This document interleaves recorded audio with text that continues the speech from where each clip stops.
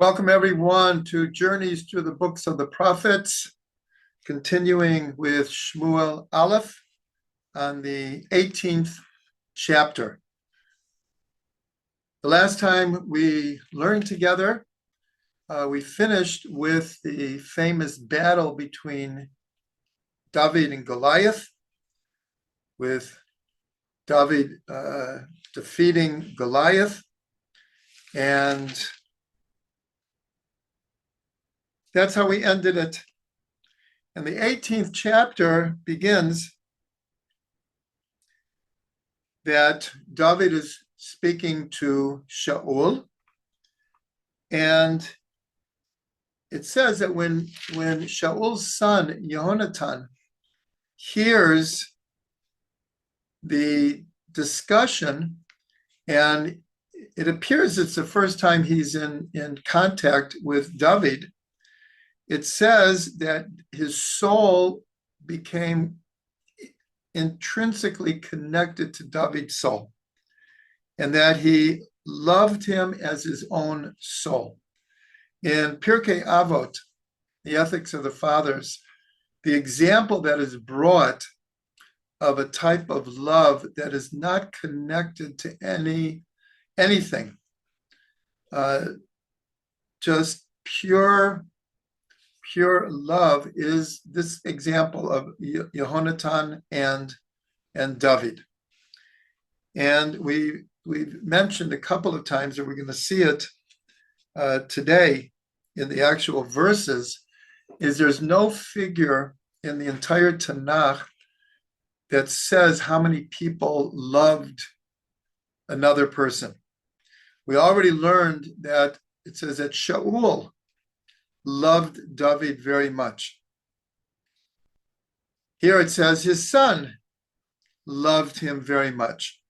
And we're going to see as we continue, more people show their love for David. And we learned already that David, the root of the word David is yadid, is beloved, dodi.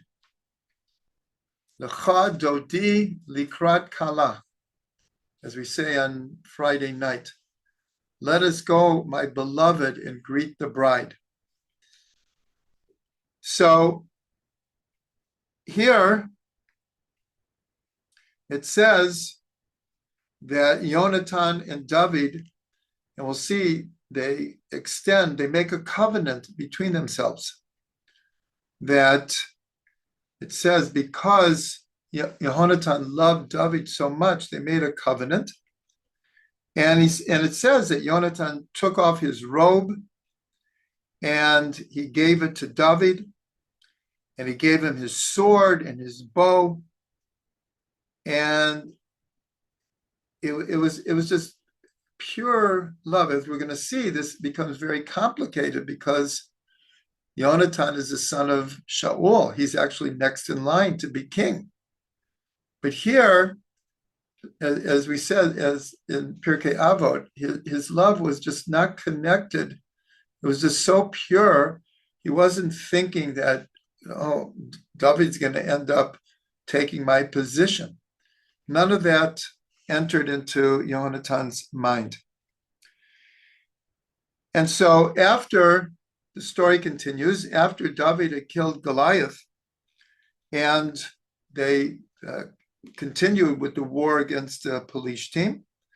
So it says that after this battle was over, that the women came out and they were singing and playing music, and they came up with a song saying that Shaul has killed his 1,000 and David has killed his 10,000.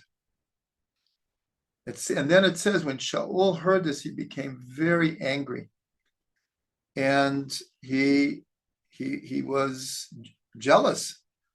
He was jealous, and he said, "What more could David receive than the actual kingship?" And here, a very, very important verse. So it says that from that day forward, Shaul viewed David with suspicion. This is a turning point in their relationship. Till now, David was his arms bearer. David was his musician who healed him of his evil spirit. He was the one to defeat Goliath, and then in the next war. But now Shaul becomes jealous, and it continued for the rest of his life. So the next day, David is playing music for him because an evil spirit has come over him. This is the jealousy and the paranoia that he's feeling. And he had a spear in his hand, and he actually tried to throw it at David twice. And David was able to get out of the way. And it says Shaul became very afraid of David. And it says because he knew that the Spirit of God was with David. And we pointed out last week is that part of this evil spirit is at one point God's Spirit was with Shaul. And then it was taken away. And now David has the Spirit of God. And so Shaul is feeling this lacking, and it's called like an evil spirit. So he actually tries to kill David.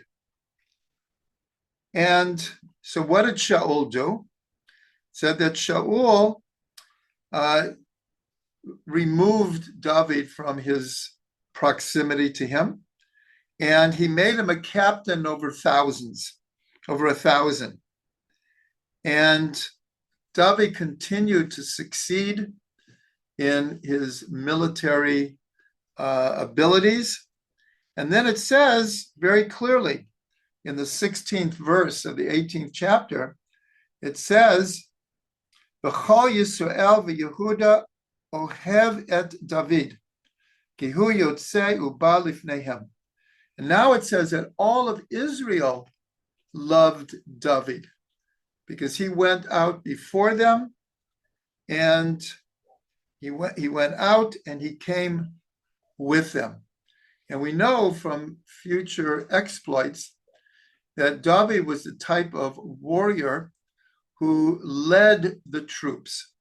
He didn't stay in the background like many generals or captains will stay in the rear and order the troops. David led the battles, and he became very beloved in the eyes of all of the people.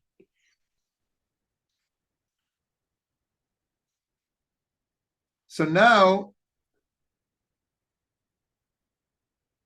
David is thinking, Shaul is now trying to figure out what to do with David.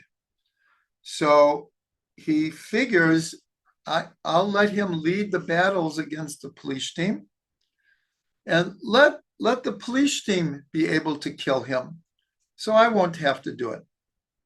So this is very interesting because later, we'll get to it at some point, when the whole incident between David and Bathsheba, and she was married at the time to Uriah, and David sent Uriah into the front lines in the hope that he would be killed in order to cover up the affair that he had with Bathsheba.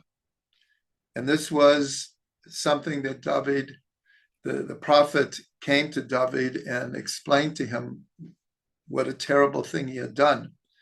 And David admitted to it, and he really did tshuva for the rest of his life. But here it's interesting because Shaul is thinking the same thing. I'll put David in the front lines and let the police team be able to kill him, and I won't have to kill him. Of course, that didn't happen. Now, if you remember, Shaul had promised that whoever can kill Goliath can marry my daughter. So here in the 18th chapter, his oldest daughter is Merav. And at first it appears that he's going to give Merav to marry David. And he rescinds on this and he gives Merav to someone else. But his other daughter was Michal. And here it says, and Michal loved David.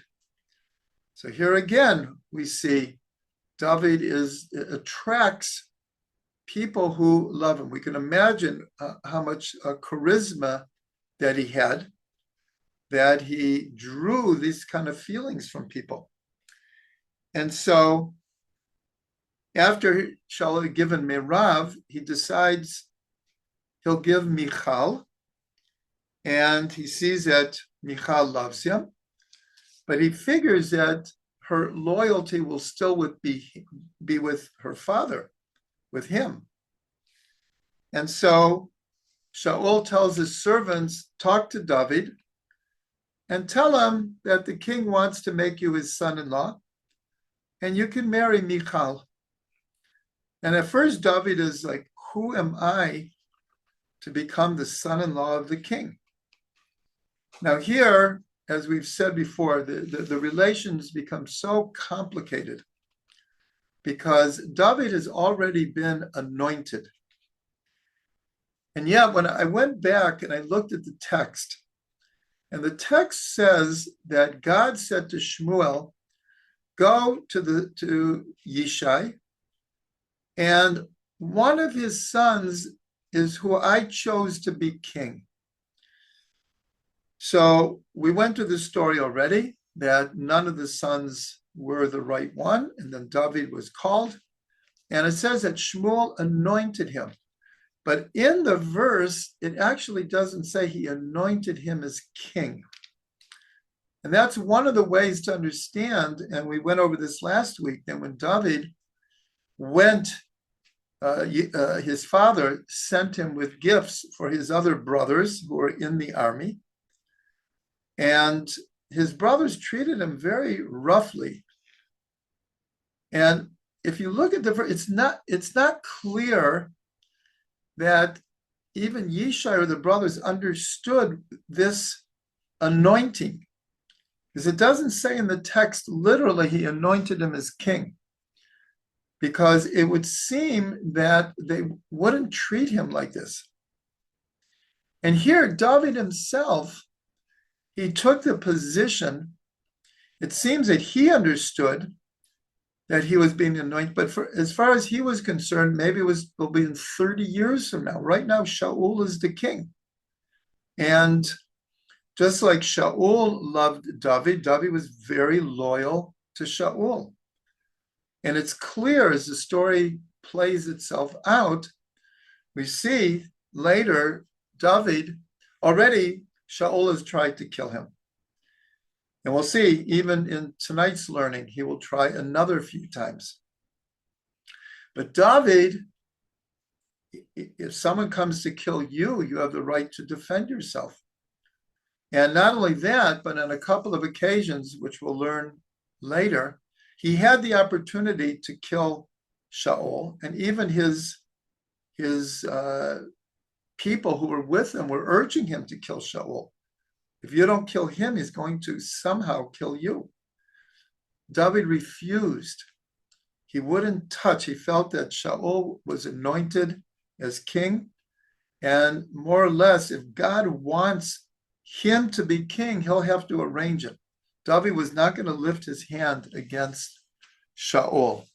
So Shaul tells David, you can marry Michal, but instead of a dowry, if you want to marry her, you have to bring me 100 foreskins of the Philistines. David goes out and he brings 200, because the Philistines weren't circumcised. And so he brought back 200 foreskins, and this was his, in a sense, his dowry, an interesting dowry. And here it says again that Michal loved David, and they were married. And then it says, we're almost at the end of chapter 18, and it says that Shaul continued to be afraid of David, and Shaul became David's enemy. That's how deep his, here we'll call it paranoia, his fear was of David, because obviously he also understands prophetically that David will be king. And if David is going to be king, what's going to happen to him? And so out of great jealousy, fear, paranoia, and remember we tossed around other words, melancholy, manic depressive, split personality, schizophrenia, all of these in a little manner apply to Shaul. After this, David fought more wars with the Philistines. He's even more successful, more famous. And now Shaul is talking to his son. And he's telling his son, we have to kill David. And he's telling his servants, we have to kill David. Now, obviously, this is going to put Yonatan.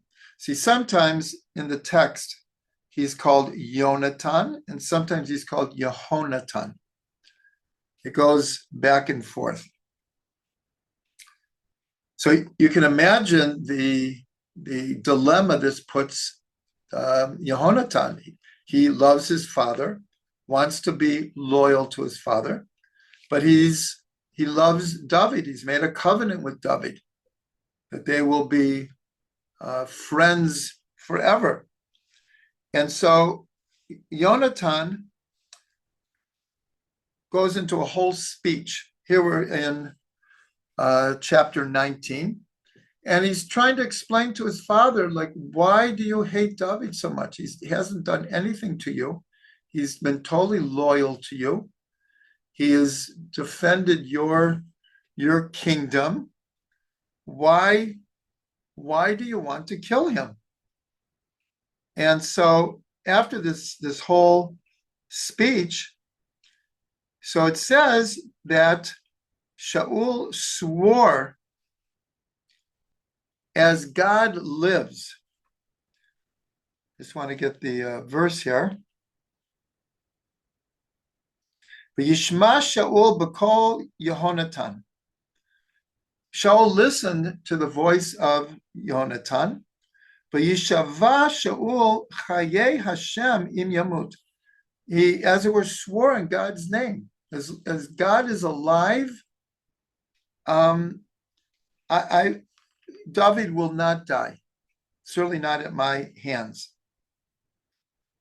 And so Yonatan called David and told him that the danger seems to be past. And when Shaul says this, he means it. And this is part of, again, we use these different words in modern psychology, but in his manic state, he really meant it. He listened to Yonatan and he realized, like, I won't touch David. And yet, shortly afterwards, he's trying to kill him again.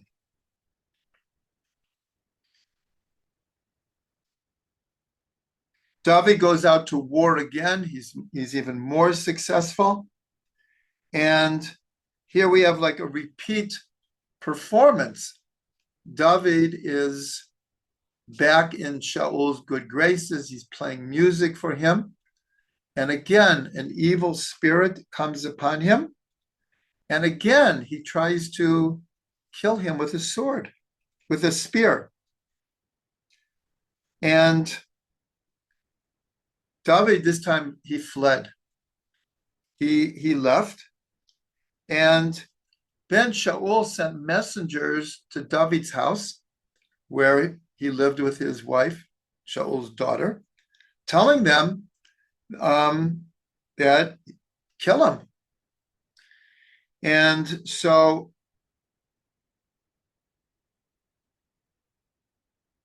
Michal somehow knew this. And she said to David, you have to flee. My father is really serious. He's going to kill you. He's going to come to the house and the servants are going to take you and they're going to kill you. So what did she do? The classic foible here is she puts in the bed like a figure. She stuffed the bed in a way and she made it looked like there was a head sticking out of the bed with some hair. And she covered, the whole bed and put goat's hair at its head. So from a short distance, it looked like someone was lying there. And the messengers came and she said, he's sick in bed. And they went back to Shaul and said, well, he's in bed, he's sick. Shaul sent them back and said, bring him to me. Bring the whole bed if you have to. They came back and they discovered that it wasn't David. It was a straw man. And David, Michal helped him descend from the window, and he escapes. Shaul is very upset at Michal, and somehow she kind of makes it that David. The text actually says that David threatened Michal, and therefore he escaped on his own. So now what happens is very interesting. David goes to Shmuel. Now, since Shmuel anointed David, we haven't seen anything of Shmuel. He kind of disappeared from the story. We already learned that Shmuel never saw Shaul again. Once he was the messenger from God to take away the kingship.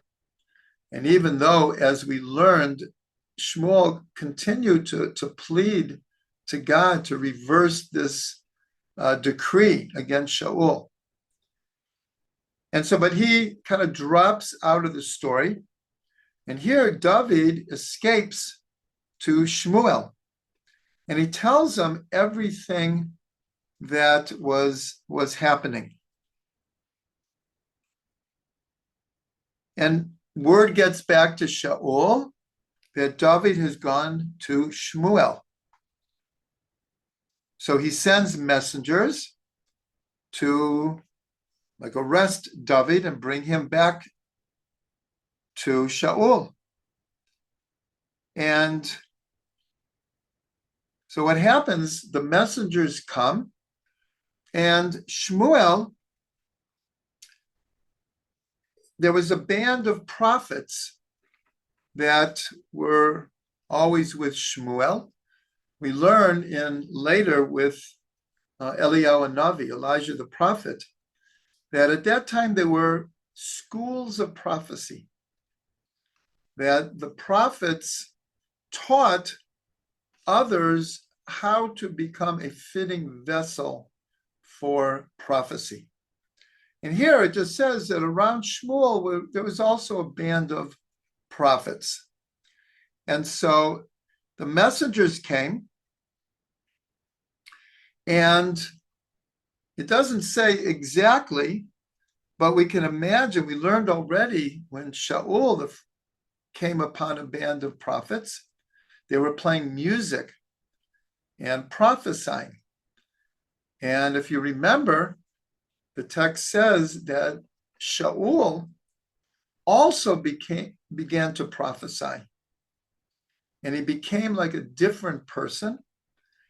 And the word got out that Shaul was now with this band of prophets, and a term was born. Is Shaul among the prophets? It's kind of like a term of great surprise. And it didn't apply only to Shaul. It became like a term when something unbelievable happens. Is Shaul now among the prophets? Because his whole demeanor was very, very different than one would expect from a band of prophets. So these messengers come, and Shmuel and David is there, and these other prophets, and they're in a state of prophesying. Now, we learned already, the question is, what does that mean? They were in a state of prophecy. They were prophesying. And the explanation was that through the music, they were in a heightened level of consciousness where the presence of God was palpable. They were just on a very high level of consciousness, not usual normative consciousness. So these messengers who went to arrest David, they got swept up and they began to prophesy as well. And actually, when it says they were prophesying, they were singing and chanting praises of God. So they didn't return. So Shaul sends another group of messengers. They come and they begin to prophesy as well. When you read this, it's like an incredible scene happening here. Now, this reminds us of a very, very important story in the Gemara about a person called Onkelos. Onkelos, he was a convert, and he was the nephew of Nero, who was one of the top people of Rome. And Nero saw that his nephew was either in the process of converting or had already converted. And he was outraged. Like, this is like a scandal. Someone of like the royal family, the aristocracy, converts to Judaism. And so he sent messengers to arrest his nephew and get him out of there. And the story is they came, and Onkelos began to teach them. And they became so enamored with Judaism, they couldn't arrest him. And he sent more messengers. And they couldn't do it. Onkelos was so pervasive in his logic and his what he was telling them. So here's a very similar story. Very similar story. And then, of all things, Shaul decides he's going to go himself. So he comes, and what happens? Again, I don't want to belabor this, but Shaul is suffering some kind of manic depressive kind of personality. At 1 minute, he's listening to music from David. The next minute, he's trying to kill him. 1 minute, he's telling his son, we have to kill David. The next minute, he's in a certain way promising never to hurt David. Here he comes, and he gets swept up in this whole prophetic scene. And it's just really amazing, the description here. And it says that the Spirit of God was on Shaul again while he was in David's presence, in Shmuel's presence, in all of these prophets' presence. And he began to prophesy as well. And then it says that he stripped off his clothes and he prophesied before Shmuel. And then it says, and he lay down naked all that day and night. Therefore, people said again, is Shaul among the prophets? This was such an incredible turnaround that no one knew how to explain it. The commentaries say that most likely we don't take this literally. It means that he took off his kingly garments and he put on regular garments. But here it says that the whole day and the whole night he's in this altered state of consciousness. And that's how we end the 19th chapter. Okay, so at some point he is going to come out of this state of prophecy. We begin the 20th chapter. And David goes back and he speaks with Yehonatan. And he's like, what have I done? What is my crime? What is my sin that your father wants to kill me? And Yonatan says, listen, my father ultimately won't do anything without first revealing it to me. And so, again, they make this covenant between them, and they come up with a strategy. It's about to be the new moon. In ancient times, it was a minor holiday. Even today, many people treat Rosh Chodesh as a holiday. But then it was even stronger. And Shaul had started a custom that all the core people around the king would gather on Rosh Chodesh for a feast. And sometimes it would go on for a few days. It was a time to meet and to celebrate and to discuss. And so Yonatan and David come up with this plan that David is not going to go because he's afraid of Shaul at this point. He doesn't know what Shaul is going to do. And so he says to Yonatan, just tell him that my family is also doing a Rosh Chodesh celebration, and I needed to go and to be with them. I haven't been with them in a while, and please excuse me from being in the presence of the king. And so they come up with this plan, and they discuss it. It's a lot of verses here. And again, they make a covenant between them that nothing will come between them. Again, because Yonatan is the son of the king. The king's trying to kill David. And Yonatan in his story is trying to prove to David that nothing will come between our relationship. And so in the 18th verse of the 20th chapter, it says, Machar Chodesh.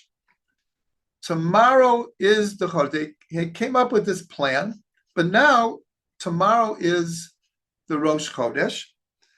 And I will give the excuse to my father, and probably he won't think much of it. And maybe even on the second day, he won't think much of it. But by the third day, if you don't show up, my father is going to wonder what's really going on here. And so this, starting at this verse where it says Machar Chodesh, is the Haftorah for when Shabbat is the day before Rosh Chodesh. So this is the Haftorah that's read, not the ordinary one of the week. It doesn't happen that often that Shabbat will be the day before a Rosh Chodesh. But when it does, this whole story that I'm going to tell now is the Haftorah for that occasion. And because it says Machar Chodesh, tomorrow is the Chodesh. So Yonatan says to him that on the third day, for sure, you're going to be very missed.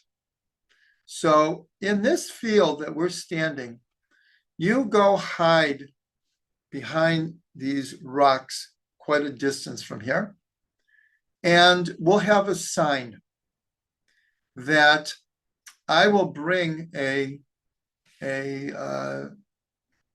arms bearer with me, and I will shoot arrows like I'm trying to shoot a bird or something. And then I will send the boy to retrieve the arrows. And you'll hear me if I say to the boy, no, the arrows are closer to me. Come back and get the arrows and bring them to me. Then you'll know that everything is okay. Everything worked out, no problem. But if you hear me say to the boy, the arrows are beyond you, go farther to get the arrows, then you'll know that it isn't okay. Things did not turn out well. And that's exactly what happened. But it explains that on the first day, Shaul asked, where is David? So Yonatan gave the excuse that David asked for permission, that he needed to be with his family in Beit Lechem. On the second day, again, Shaul asks, but on the third day, he's already suspicious. And here he gets very angry at his son. And he accuses him of being disloyal to him and choosing David over him, and what a disgrace he is. So here we see that this whole family dynamic is really coming to a head here.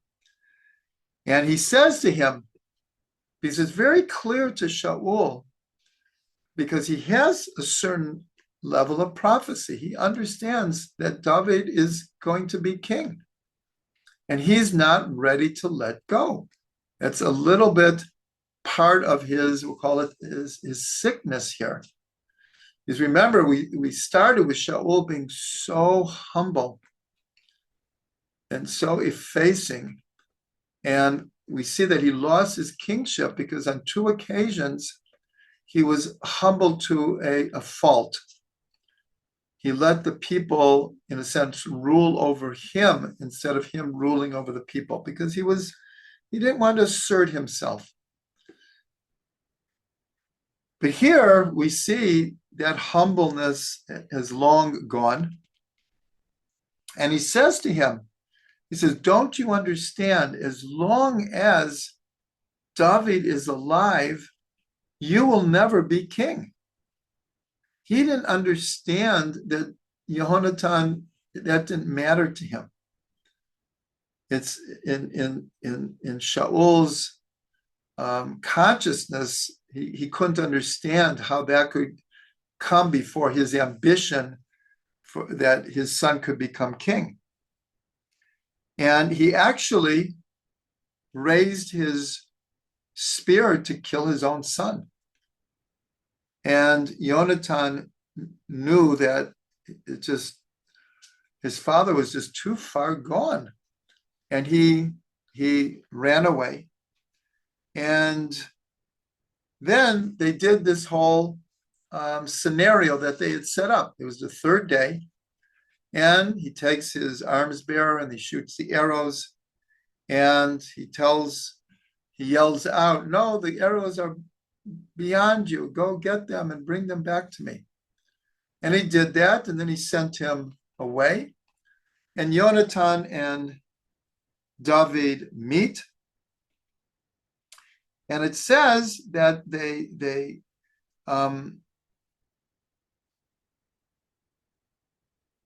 that David fell on his face and bowed himself to Yonatan 3 times.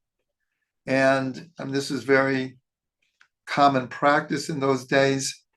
And they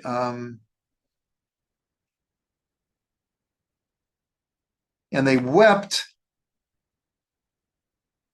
exceedingly. And Yonatan says to David, "You have to go. It's too late to try to fix it up with Shaul. Just you have to leave, and God willing, everything will be well." He says, "and that my seed, my lineage, and your lineage should be together forever." Like they made a covenant that they've renewed over and over again. And so David escapes. We're now beginning chapter 21. And David comes to Nov. There's actually a community in the Golan Heights now called Nov. It's not the same Nov that we're talking about. Nov was a city of Kohanim. Everyone there was a Kohen. And Achimelech was the leader of this place called Nov. And David comes. Everyone knows who David is at this point. He's a national hero. And Achimelech is like, he comes with like nothing. He doesn't come with, other soldiers, doesn't come with, a whole battalion. And he seems to be like all by himself. And he's like, what are you doing here? What's happening? So he says, the truth is, I'm on a secret mission from the king. Here, David is not really telling the truth. He doesn't really know what else to do. He has no food with him. He has no sword or spear or anything. He's like defenseless. He's hungry. And he ends up in Nov. And so he asks him, can you spare some bread? I'm on this important mission, and I'm not going to stay here, but I need to move on. Can you spare some bread? And apparently at this point, the Mishkan was in Nov. And here, the only bread they had was the showbread, the 12 loaves that were put on the table in the Mishkan from Shabbat to Shabbat. And they were exchanged on Shabbat. New 12 loaves were put, the other loaves were taken away, and the Kohanim would eat them. But they were sanctified bread. You had to be in a state of purity. So he questions him, are you in a state of purity? And he sees it's like David is in some kind of danger. He can't really put his finger on it. And so he makes a decision to give him the bread that David asked for.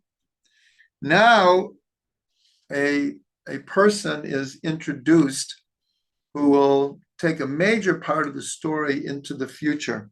And he was Doeg the Edomite, meaning that either he came from the land of Edom or he was a convert. But Doeg was in this place called Nov, and he was one of the shepherds for Shaul, and he was minding the sheep near Nov, but he happened to be there when this whole exchange is happening. And that's all. It doesn't say anything, but later we'll see what happens. And then David says, do you have an extra sword here? I have nothing with me. This mission, I was sent so quickly, I didn't even have time to bring a sword.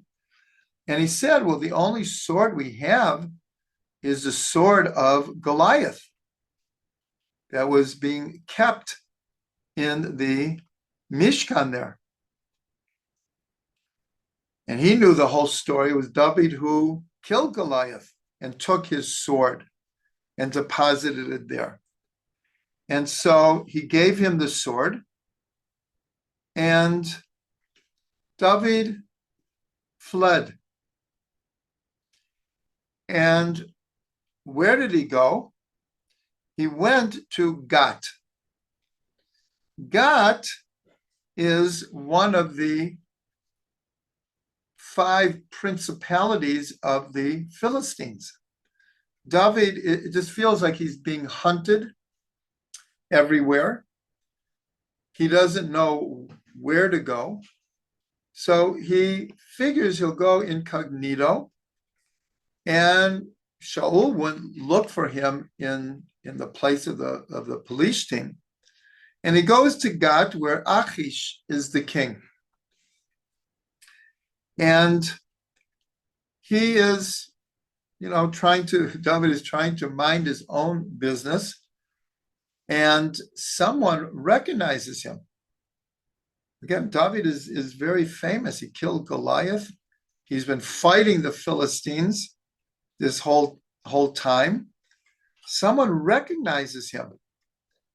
And David sees that the servant knows who he is, and he sees him running towards the palace.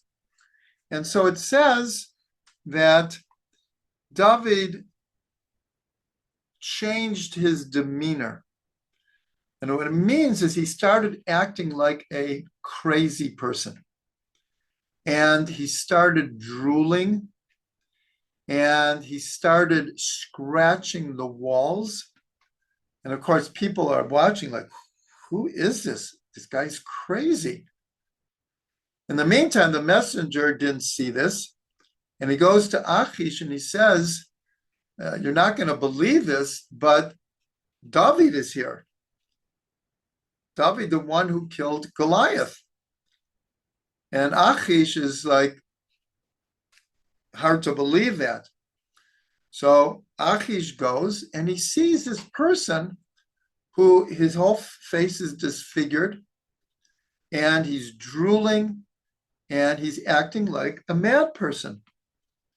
Now it turns out that Achish's wife and daughters were all, we'll call it, mentally unstable. I don't know what the proper term is anymore. It used to be insane. They were not just mildly, they were out of it. And so Achish says to the messenger, he says, I don't have enough crazy people in my own family. You bring me another, throw him out of town. I don't want to deal with another crazy person. And so David escapes. And we mentioned this last time. I think Nachum, actually my wife pointed it out, and Nachum put the right source. The 34th Psalm. By tradition, it begins by saying, this is a psalm that David wrote when he changed his demeanor. And it says in one of the verses right at the beginning is when we take out the Torah from the ark, Gadlu Lashem iti v'noramama shemo yachtav, that we should give praise to God together. And we say that when we take the Torah out from this psalm that David wrote in thanksgiving, that God gave him enough a state of mind that he figured out what to do.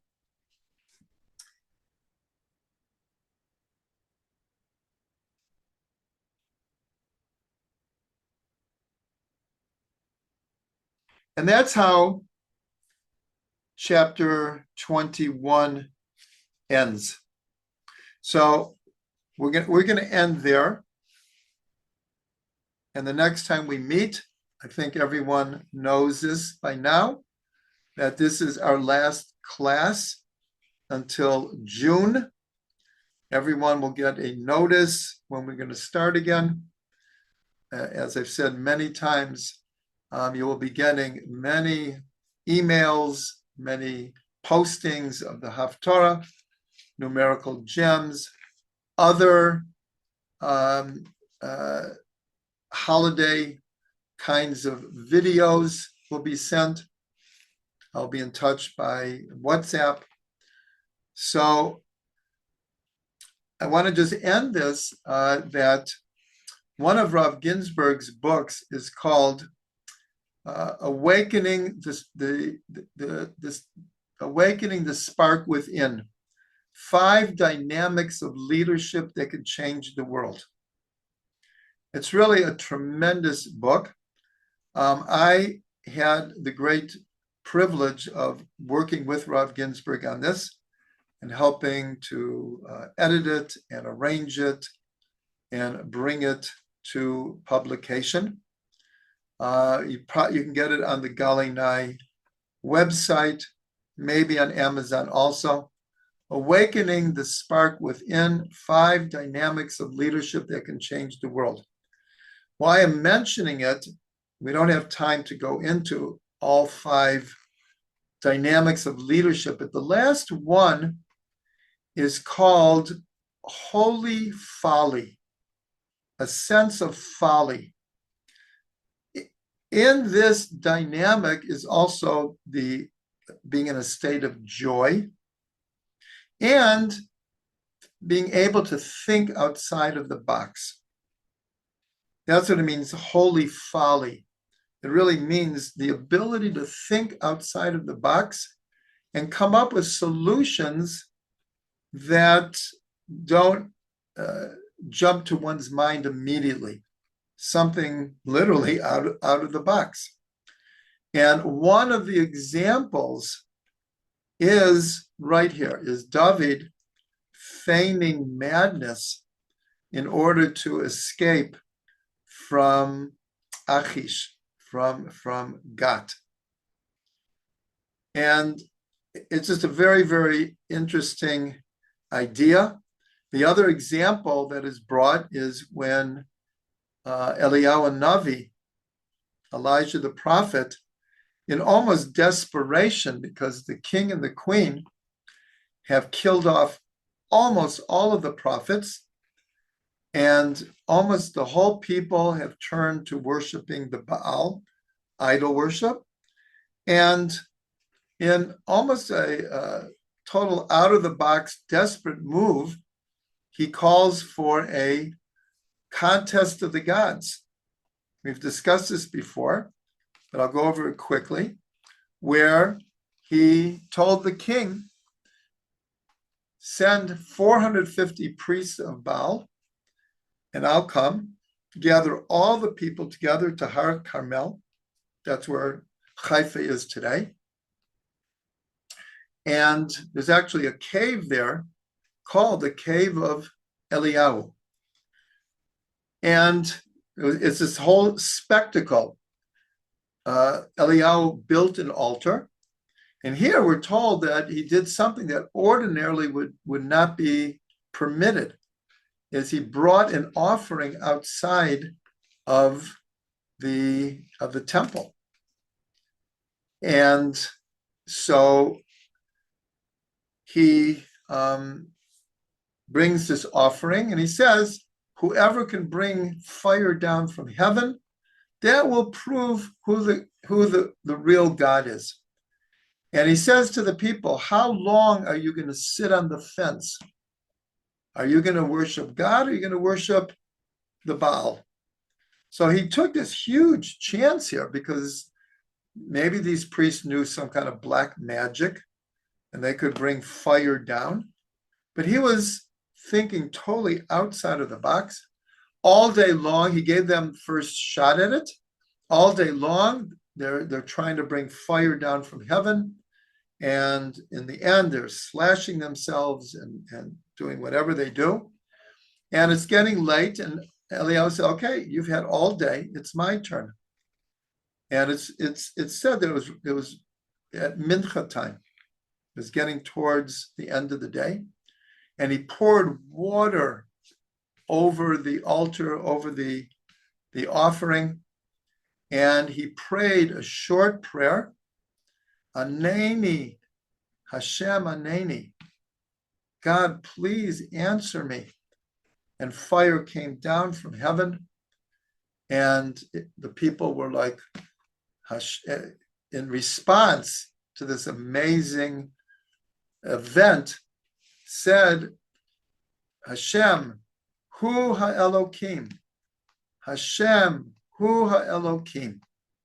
So that's one of the other examples that Rav Ginsburg brings for this idea of thinking outside of the box. The other example that he brings is when Korach challenges Moshe, and he's rebelling against him. And Moshe says to God, he tries to make peace, it's not working. And he says, tomorrow you bring incense, and Aaron will bring incense, and whoever's offering is accepted, God will make known. And then Moshe turned to God and said, create a new creation to prove to the people that you've appointed me and Aaron as the leaders. Now here, we've been talking about humbleness. Moshe is described as the most humble person on the face of the earth. And yet here, he is adamant in fighting for his leadership position. So you would think this sounds like a contradiction, but it really isn't, because he wasn't doing it from a place of being power hungry. He knew it was God's will that he and Aaron were the leaders. And so therefore, even though he was the most humble person, he had to fulfill God's will. So he says to God, please create a new creation to prove to the people. And that's why the next day, the earth opened up and swallowed just where Korach and his followers were. And so this is another example of like holy folly, that it was somewhat not in the cards for Moshe to ask God to do such a thing, to make a new creation. And so here are just a few examples. And David, when he feigned insanity, is one of these examples of holy folly. Another expression for it is sometimes holy chutzpah, where sometimes we have to act with tremendous alacrity or tremendous assertiveness in order to accomplish something. And in many cases, we can imagine from our own lives that there's some times that we have to think outside of the box. And this is actually one of the dynamics of leadership, the ability to do such a thing. I'll end with just to bring it into modern terms. During the Yom Kippur War, for those who have read the history, the first few days, Israel almost lost it. We were being attacked from Syria and Egypt, and they were really moving quickly, and the army was in disarray, and it wasn't clear what to do. And at the time, Ariel Sharon, who later became prime minister, he was one of the generals in the Sinai, and he came up with a plan that here the Egyptian army is pushing the Israel's army back. And so he said we should go around and we should start marching towards Cairo, and we should attack them from the rear. All the generals said this is outlandish. There's no way we can do such a thing. It's just impossible. And there are different versions of exactly how it happened, but some of the versions is that Sharon basically just kind of did it even without permission from the higher echelons. And some say he did, but the reality was that Israel took Egypt by, just like they had taken us by complete surprise in Yom Kippur, even though it came out later that the government actually knew that they were about to attack, and they made a fateful decision to let them begin the war in order that the world would sympathize with us. Obviously, that decision was a very fateful decision. Also, just like on October 7th, we didn't have the proper intelligence. They didn't have the proper intelligence. Many of the top generals did not believe there would be an attack. Others were convinced that any hour now there would be an attack. The whole thing kind of fell apart. But what Sharon did, he turned the war around. There's absolutely no doubt about it. We surrounded the Egyptian army, and they were caught in the middle. And we took tens of thousands of prisoners, and we were actually, we crossed the Suez Canal. We were marching towards Cairo. And that's when a ceasefire was called. I'm only telling you this because here's a modern example of thinking outside of the box. Holy folly, holy chutzpah. And here we see David HaMelech is actually following in a certain way Moshe Rabbeinu's footsteps. But David here paved the way for this dynamic of leadership. So may today someone please come up with a strategy that will once and for all defeat our enemies, so we could go about the business of making peace and bringing Mashiach. Bezrat Hashem, this Pesach will move us very close, if not into the full redemption. Be'ezrat Hashem.